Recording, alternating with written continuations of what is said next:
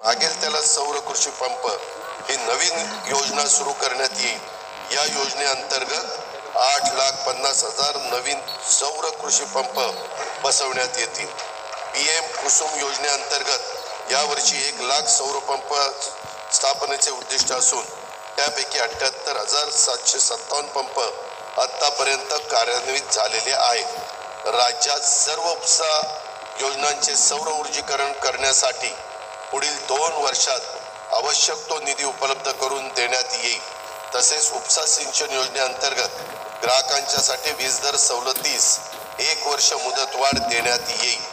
वीज सेवा उपलब्ध नसलेल्या राज्यातील सुमारे 37,000 अंगणवाडी केंद्रांना सौर ऊर्जा संच देण्यात येणार आहे।